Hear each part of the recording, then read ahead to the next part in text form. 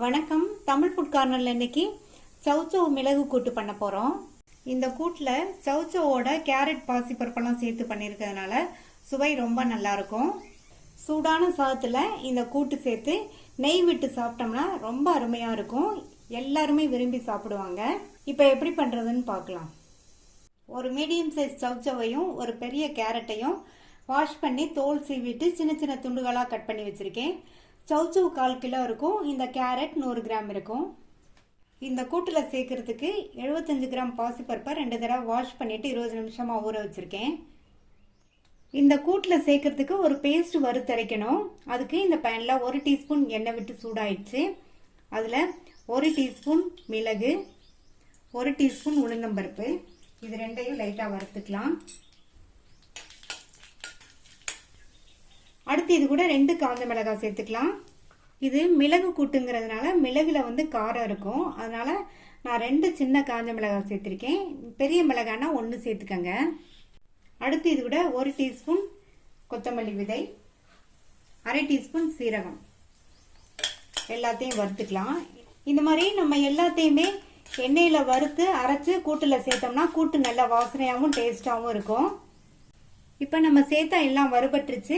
இது கூட 2 table spoon தேங்காய் துருவலை சேர்த்து லைட்டா இதை ஒரு அரை நிமிஷம் போல வதக்கி விட்டுட்டு ஸ்டவ் ஆஃப் பண்ணிடலாம். இது நல்லா ஆறுனதுக்கு அப்புறமா மிக்ஸி ஜார்ல சேர்த்துக்கலாம். ஆறுனதுக்கு அப்புறமா மிக்ஸி ஜார்ல சேர்த்தாச்சு. இதுல தேவையான அளவு தண்ணி சேர்த்து நல்லா நைஸா அரைச்சுக்கலாம். அடுத்து இந்த குக்கர்ல ஊற வச்ச பாசிப்பருப்பை சேர்த்துக்கங்க. இது கூட கட் பண்ணி வச்ச சௌச்சௌவையும் கேரட்டையும் சேர்த்துக்கலாம். 1/4 டீஸ்பூன் மஞ்சள் தூள், ஒரு 3/4 டீஸ்பூன் உப்பு சேர்க்கிறேன். இது கூட காய் முங்குற அளவுக்கு மட்டும் தண்ணி சேர்த்துக்கலாம். மட்டும் லைட்டா தண்ணி சேர்த்துட்டு நல்லா ஒரு தடவை கலந்து விட்டுட்டு இது கூட பொடியா நறுக்குன ஒரு சின்ன தக்காளியை சேர்த்துட்டு மறுபடியும் நல்லா ஒரு தடவை கலந்து விட்டுட்டு மூடி போட்டுடலாம். ஸ்டீம் வந்ததுக்கு அப்புறமா வெயிட் போட்டு மீடியம் ஃப்ளேம்ல ஒரே ஒரு விசில் மட்டும் வேக வச்சுக்கலாம். ஒரு விசில் வந்துருச்சு. பருப்பு நம்ம சேர்த்த காய் எல்லாமே நல்லா கரெக்டா வெந்திருக்கு.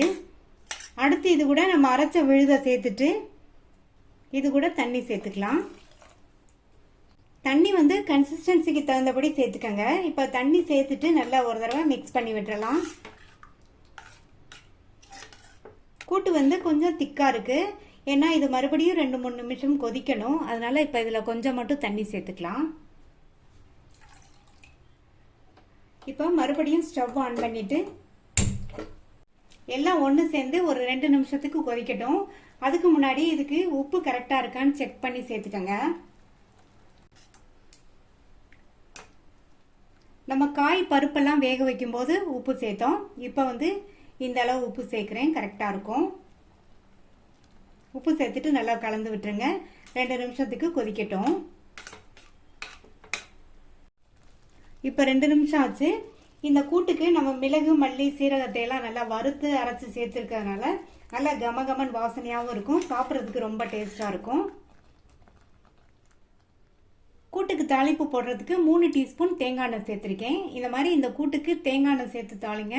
டேஸ்ட் ரொம்ப சூப்பரா வாசனையா இருக்கும். ஒருவேளை உங்களுக்கு தேங்காய் எண்ணெய் வாசனை பிடிக்கலைன்னா உங்களுக்கு பிடிச்ச குக்கிங் ஆயில் சேர்த்துக்கங்க. எண்ணெய் சூடானதும் அதில் 1/2 டீஸ்பூன் கடுகு பொரிய ஆரம்பிச்சிருச்சு. 1 டீஸ்பூன் உளுந்து சேர்த்துக்கலாம். இப்போ உளுந்தோட கலர் மாறினதுக்கு அப்புறமா இது கூட 1 டேபிள் ஸ்பூன் சின்ன வெங்காயத்தை நல்லா பொடியா கட் பண்ணி சேர்த்துக்கங்க. இந்த மாதிரி வெங்காயம் சேர்த்து தாளிச்சோம்னா டேஸ்ட் ரொம்ப நல்லா இருக்கும்.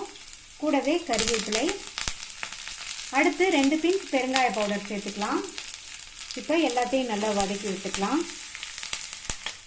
தாளிப்பை இந்த கூட்டுல சேர்த்துடலாம்.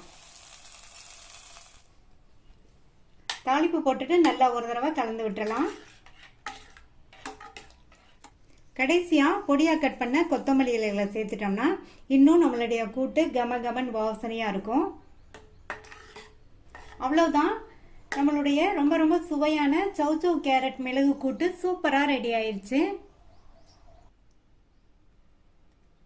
இந்த கூட்டுக்கு நம்ம மசாலாவை வறுத்து அரைச்சு சேர்த்துருக்கிறதுனால நல்லா வாசனையோட ரொம்ப சுவையா இருக்கும். நீங்களும் ட்ரை பண்ணி பார்த்துட்டு உங்கள் கமெண்ட்ஸை சொல்லுங்கள். தேங்க்யூ.